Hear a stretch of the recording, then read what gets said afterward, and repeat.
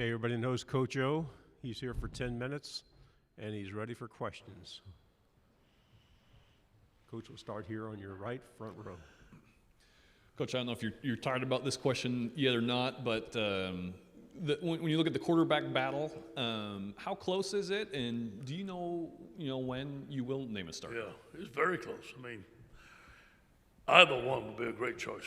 And, to look at the work that Miles Brennan did and the way he started the season and the success that he had as far as yardage, and, it wasn't his fault that we lost the game, and no question about that. And then he got hurt. And then you look at the way Max just kept on fighting and just kept on competing and just waited his turn. And like so many players at LSU. And then his turn comes against Florida in the Swamp, 27-point underdog. He wins that game. We come back and we beat a very good Ole Miss team. And he did some tremendous things in that football game. And so both of them have shown us that they can have a lot of success at LSU. So you only can play one quarterback, right? So there's an open competition. It's tick and tack. One day I can see Miles doing better. One day I see Max doing better. No one has pulled ahead of the other one. In my opinion, they're starting dead even going into camp. It's going to be a tight race.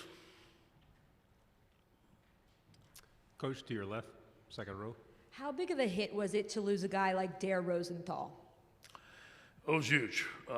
We have been working diligently to develop Dare into a premier left tackle. He wasn't there yet, but I think he was coming. I've been bragging about having our whole offensive line coming back, which is huge because there's a lot of continuity. Dare was a leader for us. The right guard, left guard played near him. They had that friendship. All those guys were friends. So it was a big loss for us. I recruited him. So, but next man up. Cam Wire has done some good things for us. Another guy's going to have to step up. That's just the way it is. To your right, second row. Hey, Coach Ed, Garland Gill, Fox 8 New Orleans. An hour ago, you did the Hold That Tiger tweet. 5-5 in 2020. Most people would think that the program would go down in recruiting. Not only have y'all stayed on point with recruiting, y'all escalated it, and you're one of the top 5 teams in America right now. Yeah. What do you point that as to? Because after you did not have success in the field last year, that your recruiting is red hot right now, and you're keeping the borders around the state. You bring a very good point. These players saw the 2019 season. They saw Joe Burrow. They see these guys. They see they see Justin Jefferson on TV. They see Clyde Edwards-Helaire having success. They see all the success that LSU has had. So you just can't put it on one season. And these guys do believe, and I'm talking to the recruits, that hey, we stick together, that we can have another year like that. And not every year is going to be like that. No way we want a year like we had last year. But we have 19 or 22 starters coming back. We're hungry. Maybe last year we wasn't as hungry as we need to be, obviously. I think that last year is a thing of the past. We're going to deal with this year one game at a time. And I do believe you're going to see the Tigers have a very good football team. Recruiting is my strength. We have a great staff in recruiting at LSU. The state of Louisiana is loaded this year. We have some great relationships with all our players. Some of our committed players have become recruiters for us. So we got things going in the right direction. Coach, to your left, front row, Ed Daniels. Coach, kind of following up what Garland said, how concerned were you about that there would be a spillover? And you've done a really good job lately of keeping the best players in state. Yeah. Can you speak as to why you think you've been able to do that in a couple of schools in particular? Yeah. Being from Louisiana, you just kind of know the lay of the land. And I always felt that when I was going to be the head coach of the LSU Tigers, that my connections and the people that we know in the state of Louisiana and the communication and how to sell LSU. I mean, most young men, I can't say how every one of them, grew up wanting to be a Tiger. I mean, I did. We all watched the Tigers on TV. We all watched them run up the tunnel. So you got to recapture that. You got to find a way to recapture that and although there might be some bling bling here, some stuff there, in reality, staying home is good.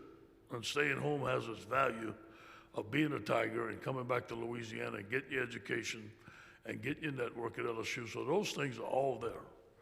And then, like I said, like I told Gordon, that 2019 season, all these guys watched it, and they believe that they can do it again. So recruiting has never been a concern of mine. Keeping our players in state has been a concern. It's always a battle. I mean, it's a constant battle every day. I tell our coaches we can never relax. It's never done. But for the most part, we've done a good job for that. Coach, to your right, third row. Coach, until recently, you guys had dominated, A&M in the SEC, and now they've won 2 or 3 over you guys. You're not going to give them a lot of credit, but can you speak to what Jimbo's doing in College Station and what's making them more of a viable opponent? Can you say that again? I didn't understand the question. Just A&M's been able to beat you guys 2 of the last 3 years, but before that, I'd lost 7 in a row. Can you speak to what Jimbo's been able to do in College Station so far? Yeah, he's done a good job. He really has done a good job. A&M's a good school. You can attract all the talent you want right there in the Houston area. The guy's a good coach. He's won a championship. He's done a good job. Coach, to your left, second row. Coach, what is having guys like Eli Ricks and Derek Stingley Jr. Free you up to do with the rest of your defense? Yeah, play a lot of zone. Maybe double someone else. Put them man-to-man. Gives you a lot of flexibility. Put them on their best receiver, obviously, and cover them man-to-man. But I do believe that Durante is coming from Mike Zimmer's system, has a great way of using fantastic players. And you got to know what you're doing. You just can't not say, I'm going to cover this guy here, but then they give you different formations, they move them around, and they switch them up, and they say, oh boy, what are we doing? And some of that may or may not happen last year. We cannot let that happen again. So I think Durante is going to simplify our defense, but basically let those guys play and cover their best receivers. Coach, to your right, second row. Coach, are you a fan of the proposal to expand the playoff to 12 teams, or do you like how it is currently at 4 right now? Well, we got in it and with 4, and we only had to play a couple of games, so I like that. That was fun. But you know what?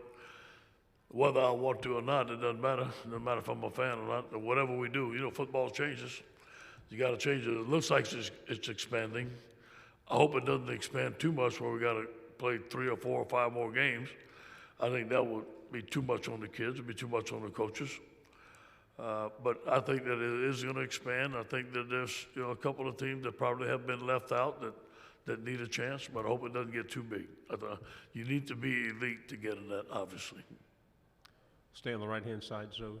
Coach, with this quarterback battle and the guys and their experience level with Max and Miles, how do you chart this battle to keep it fair? How do you evaluate everything, especially after last year?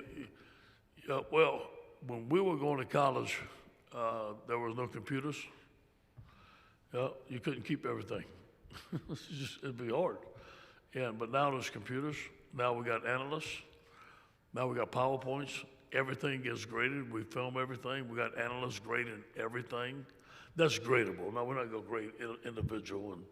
But, any team period that's competitive, any 7-on-7, any 1-on-1, any team pass, any blitz period, they get a grade. And that grade's put in the computer. And then we'll put all the grades together, look at it, and see who wins. Now, it may come down to that. It may not. It may come down to I say, hey, this guy's the best quarterback.